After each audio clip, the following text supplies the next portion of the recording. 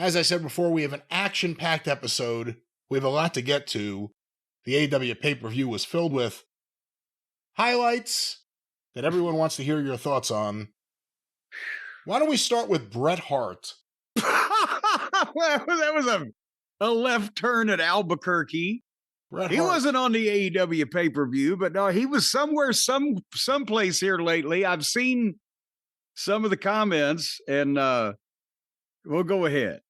Well, Bret Hart, the hero we all need in these times, is on his I don't give a fuck anymore tour, where he just says all these things, and you're just amazed that he's saying it so nonchalantly. He apparently was in Montreal. Well, now, to be fair, almost everything Bret says is nonchalantly. And that's not a knock. It's just his demeanor. I want to say this was in Montreal. It's for a podcast I'm not familiar with, the Johnny I Pro show. I don't know if it's a wrestling show or just whatever, but Bret Hart was asked about or was talking about, I don't know how this came up, Shawn Michaels and Vince McMahon. Again, one of those topics that he gets asked about a lot because of Montreal and the famous problems, the fight backstage, Vince's role and everything. Well, enumerate the fight where Bret knocked Vince out backstage, or the fight where Bret stretched Shawn backstage. There were a number of incidents. So, I mean, just so we don't narrow anything down. And over the years, and we'll talk about this after this clip, we've heard various wrestlers at various times, usually people disgruntled with WWE, if we're going to be fair, but still they would say they didn't like the click, and maybe there was something going on with Shawn and Vince, but let me play this audio. Again, it's from the Johnny I Pro show. Here's Bret Hart talking about Shawn Michaels and Vince McMahon. I think that Shawn and Vince were sleeping with each other.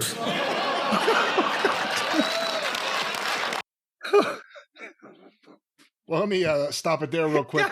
There's more. Do we need to elaborate? I mean, he leads. Talk to me, I thought the greatest opening line in history was when George Carlin came out for one of his HBO specials and said, "Did you ever notice that the people that are against abortion are the people you would want to fuck anyway?" Well, Bret may have beat that. And he just topped it. He just topped it. God damn it. Go on. Let's get more detail from Bret the Hitman Hart. Yes. Honestly, I'm just telling you, I think I'm very close to the truth here. Shawn and Vince were lovers, and that's why I'm being dead honest, and I'm telling you. We all know what the H stands for. When I look back, it's like I got caught between two lovers. And I got... Well, let me stop it there real quick. Torn between two lovers, feeling like a fool. Vince and Shawn have screwed me. They've broken all the rules. Shafted and screwed over, and Shawn was so envious and jealous of my position that he finally had to sleep with Vince to get it. And I tell you, I say all this with absolute, I would say it to Shawn if he was right here. I would actually like to have Shawn come clean and say, look, we were lovers. Because I'm sure they were. I have an absolute 100%. If I saw either Vince or Shawn here, I would say I think you guys were lovers. I love it. Well, there it is, Jim. Okay, first of all, that is the most entertaining verbally that Bret Hart has ever been in his entire public career. And the timing and the fucking delivery and the... Now, as to... Again, this is part of the issue. It's a long time ago we're talking about. It's not like you didn't hear this back then, because although on its face you would think that's kind of ridiculous. Well, but no, here's the thing. I heard it more from I can't say the internet. What was the precursor of the internet? Did they have the web TV then, or whatever that was? You heard it from the fans more than I actually heard it when I was around these two, in their own way, miserable fucking people every goddamn week. Could just physically, logistically there was barely a point in time where it actually could have taken place physically and logistically, unless they were doing now. Shawn and Sonny in the locker room, that's been documented, but not Shawn and Vince. There were we were around Vince 24 fucking hours a day. But nevertheless, in his hotel room? Point being, not in his hotel room. God, in many cases, Michaels was out on the road when Vince was in Connecticut, and at the TV tapings, they would have had to have fucking done it at 4:00 in the morning behind a Coke machine in the middle of. I mean, it's ridiculous for somebody not to have busted them at the time. But nevertheless, that's what I'm trying to say to you is now that I've heard this, because what I was going to say when I'd only read the comments that Bret made was that, when there's somebody that's incredibly accomplished and talented in their chosen field and has reached the pinnacle and made money and got acclaim and actually says almost everything, that you agree with, and then they just say something and then the Martians landed. And you're like, oh, fuck, why did you say that? Because now some people may think you're fucking nuts when you say other shit that is logical and commonsensical. But now that I hear the delivery, which got over goddamn to this live audience, wherever they may be, I think he has some reason for winding up, as they would say across the pond, winding up either Vince or Shawn or both. And that was an amazing fucking routine there. But I don't know that he can't legitimately believe that, is what I'm trying to say. But I don't want to bust up his fucking kayfabe. Have other wrestlers believed that in the past? You would all. I mean, I saw the Road Warrior say it in an interview in like 2002 or whatever it was. But also look at what other wrestlers have gone on record as believing since then. In some cases, in many cases, it all boils down to, I've said, why did he fucking put up with the goddamn thing? But I think in some kind of weird, the thing being Shawn Michaels, in some kind of weird Vince way, that boyhood dream thing was Vince seeing himself. He was so fixated fucking Shawn on Michaels. Yeah. Oh, God damn it. He didn't have Shawn Michaels didn't exist when Vince was a boyhood and had a dream. It was just a dream in the mind of boyhood Vince McMahon, maybe. Who knows?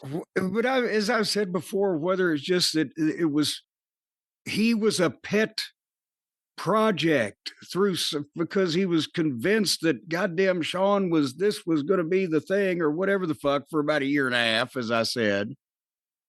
But no, either one of them. I'm sorry. See, it's something that I've always heard questioned because it always comes back to, and again, this is before we found out about the sexual perversions, beyond the Rita Chatterton accusations. We really didn't know too much about Vince McMahon, what he was up to. But you would hear people say, here's businessman Vince.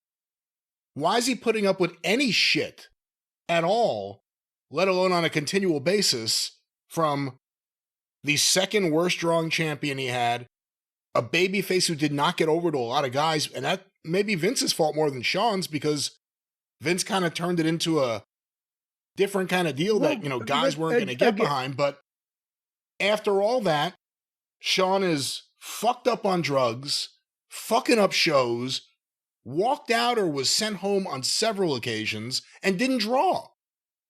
People kind of rewrite history about Shawn Michaels because of his comeback in the 2000s, but he wasn't a draw, and DX didn't take off until he was gone. I've never rewritten his history either, but look at Ultimate Warrior.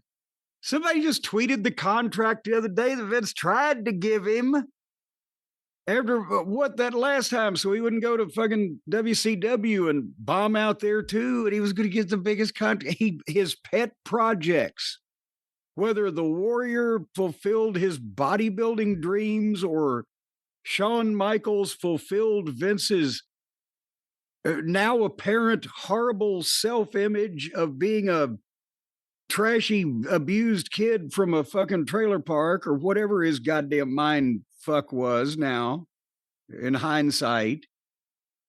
His pet project, he put up with all kinds of shit. But I don't think he was blowing Warrior either. Well, there's always been people who think that, but... And also, by the way, Michaels may have, beaten fucking Wilt Chamberlain for number of women that he may have fucked around with on the road. But again, a lot of the guys in every territory since the dawn of time have tried to come up with the story to justify why that somebody has the spot they want or won't give them the spot they want. For years, a bunch of the guys in the Tennessee territory would have whispered to you, well, Jerry Jarrett's really Roy Welch's son. He had an affair with Teeny. Until you go back and do the actual genealogical research, find out that both Jerry and his sister were born before the Teeny ever was involved with the wrestling industry or sold her first ticket at the shoe store. They already existed as people. And it wasn't like she was going down to the wrestling matches. So that exists. But at some point, as I said, you've got to look at, okay, I'd like to, it's like another topic we're going to talk about here later on in the program.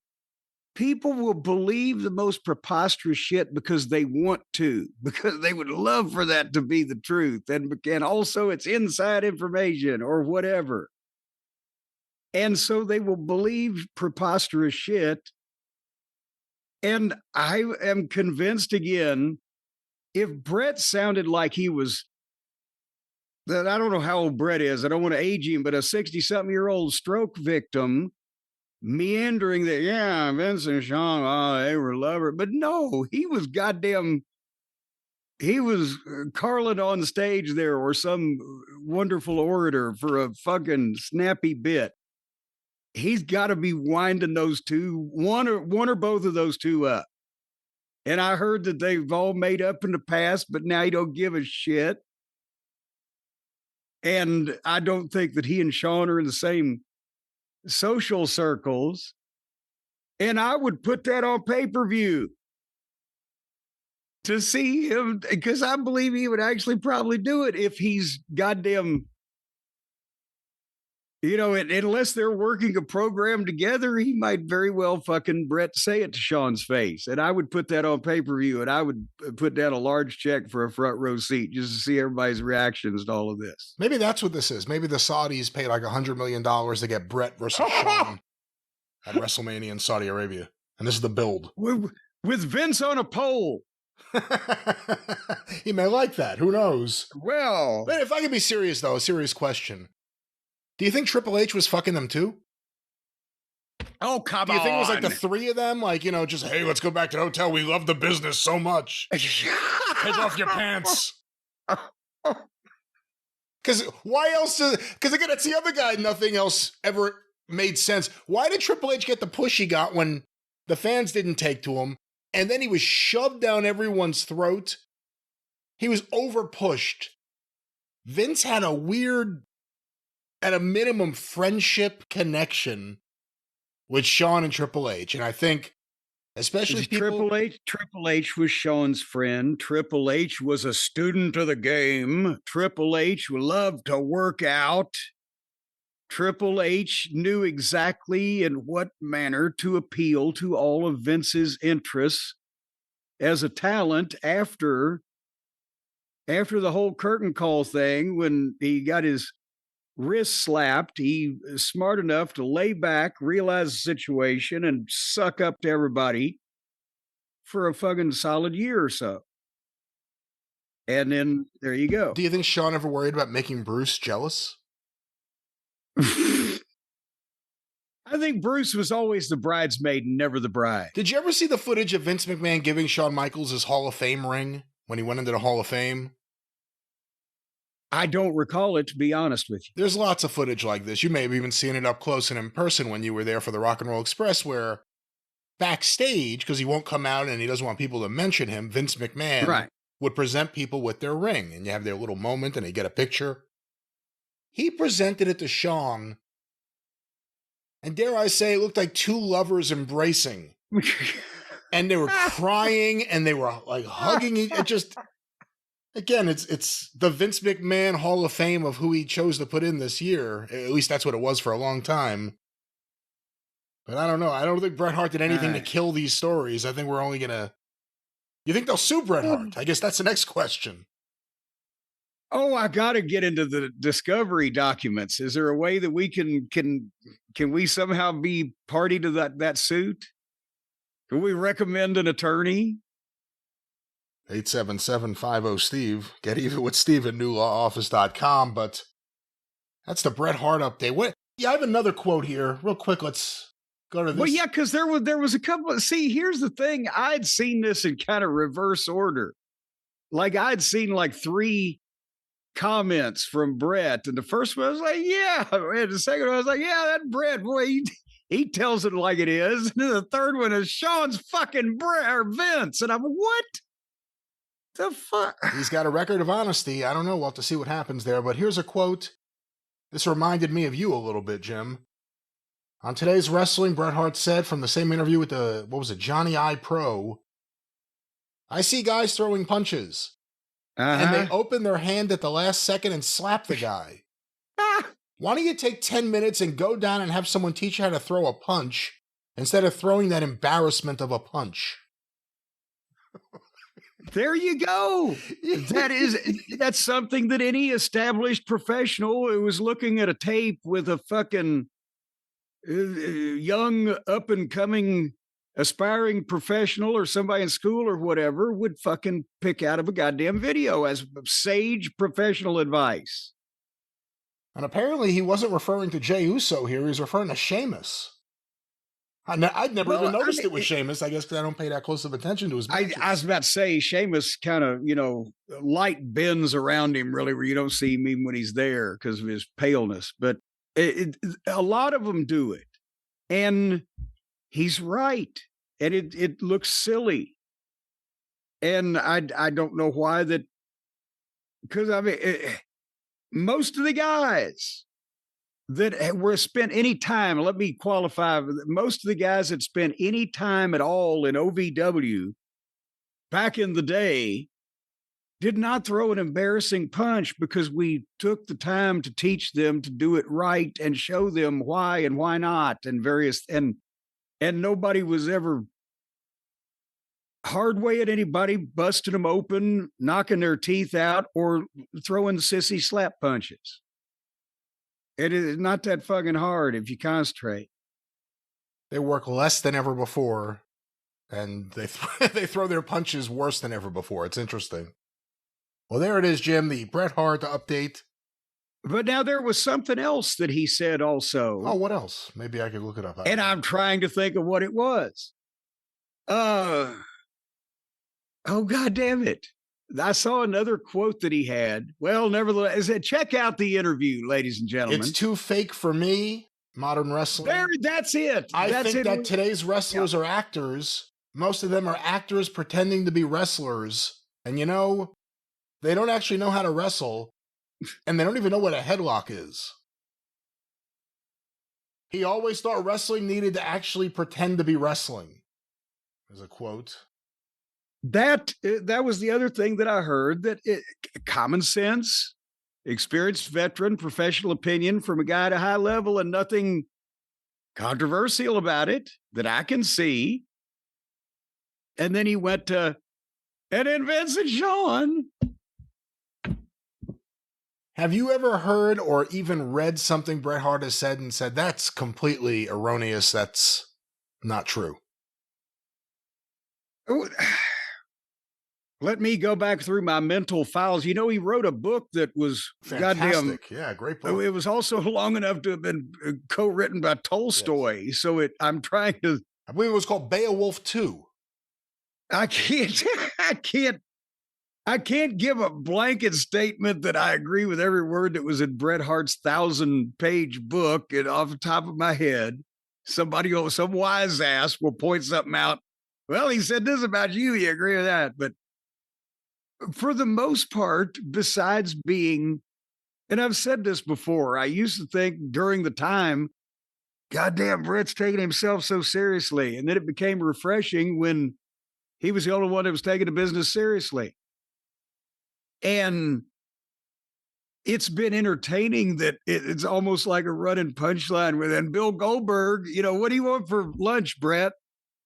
Well, not what Bill Goldberg gave me when he concussed me.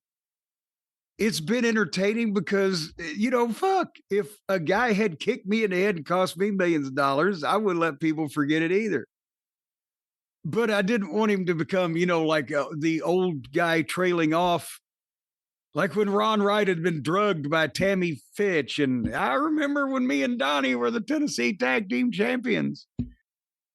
But, more often than not, I agree with what Bret says about the wrestling business. It's very logical. He's a little dry because he's Canadian. Remember, I always said Owen was the only hilarious Canadian In wrestling. Well, in wrestling. Okay. But otherwise, Bret was not always joshing in his delivery, but he kind of makes point. But goddamn, that was great. Well, we'll see what more can be found out about this. We'll see if anyone asks Shawn Michaels about this. But Jim, on the topic of Bret Hart and on the topic of what he's saying here, yes, you have to wonder, Bret Hart, the nonchalantness, the ease that he has saying these things and even talking about people he doesn't like.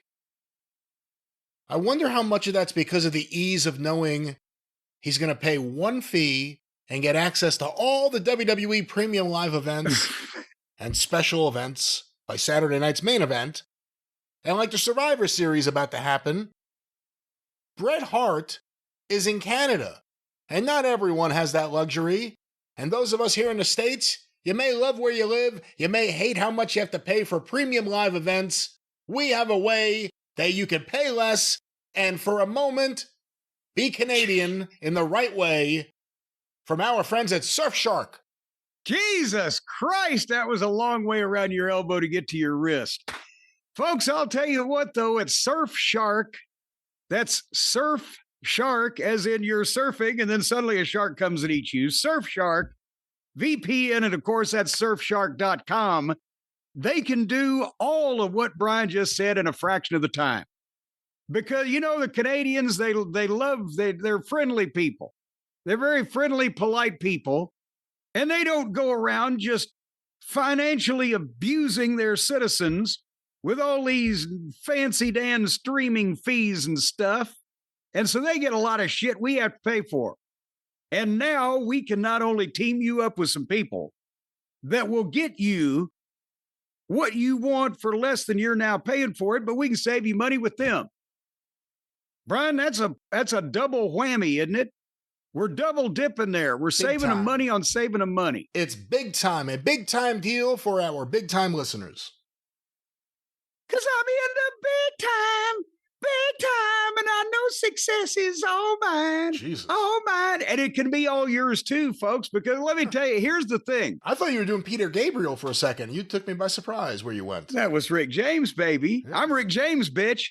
And you know who else can be Rick? You can be Rick James if you want. With Surfshark. You can be who you want to be and go where you want to go. You can be in Bolivia if you want to be, but we use Canada for an example. If you want to be in Canada, then that's just what you can tell them, and they'll be none the wiser. And if you're old country ass, just tell them you've gone to a convention. But Surfshark can then give you access to all the things a Canadian gets that we don't get, but they don't pay for. You know what I'm saying? That's put very Like the well. commercial-free WWE on Canadian Netflix. That's right. That's the big one right there, because here in America, you got to have Peacock right now. You got to have Netflix. You got to have USA Network. You got to have all these different things. You got to have, what's the other one I'm thinking? ESPN.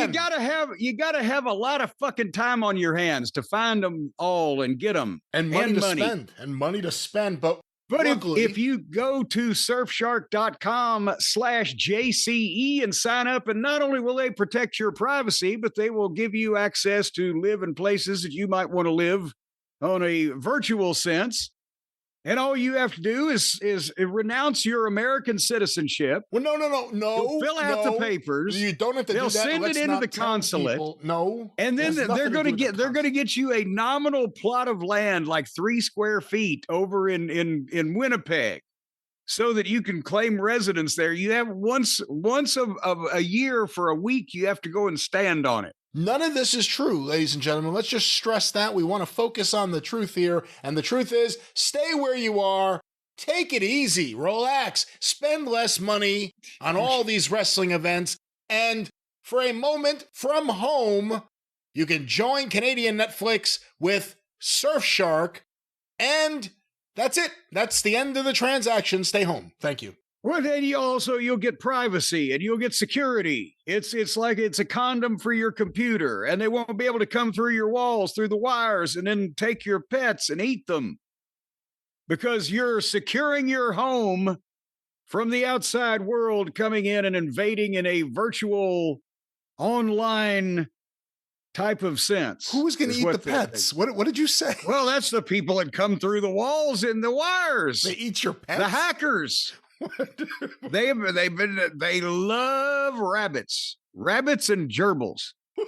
So right now, folks, there's a risk-free 30-day money-back guarantee. Secure your privacy with Surfshark. Go to surfshark.com/JCE and use the code JCE at checkout. You're going to get 4 extra months of Surfshark VPN on top of the period of time that you have signed up for, without any extra charge there. So the word gratis comes to mind. 4 months gratis when you sign up for the surfshark.com service using the code JCE. Or all of the above. That's right. Surfshark, again, a great friend of ours here at the show, and we encourage you to check them out today. surfshark.com/JCDT for the drive-thru. Oh, is this God damn it, have they changed it again? This is the drive-thru, so let's just stress it's surfshark.com/JCDT, or use the code JCDT at checkout, because you heard it here on the drive-thru. That's to differentiate from if you hear it when you hear it on the experience. Those miscreants over on the experience, you don't want to support them. Support us here. All right. Oh, for heaven's sake. This good team here at the drive-thru. Yeah, I'll team you. Surfshark.com/JCDT. Protect the rabbits and the gerbils, ladies and gentlemen.